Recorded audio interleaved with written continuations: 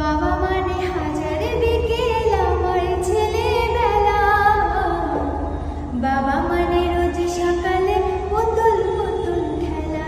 তো তোমাদের টুম্পা ভাবির যখন তার বাবার কথা মনে পড়ে তখন কিন্তু আরো একটা সুন্দর নাচ পড়ে, সেটা তোমাদের সঙ্গে শেয়ার করছি। তুমি কি সবকিছু শেয়ার করে দেবে? একটু বন্ধুদেরকেও শোনাই যে তুমি সবকিছুই পারো। এটা আমার স্পেশাল। চলো বলো তো একটু।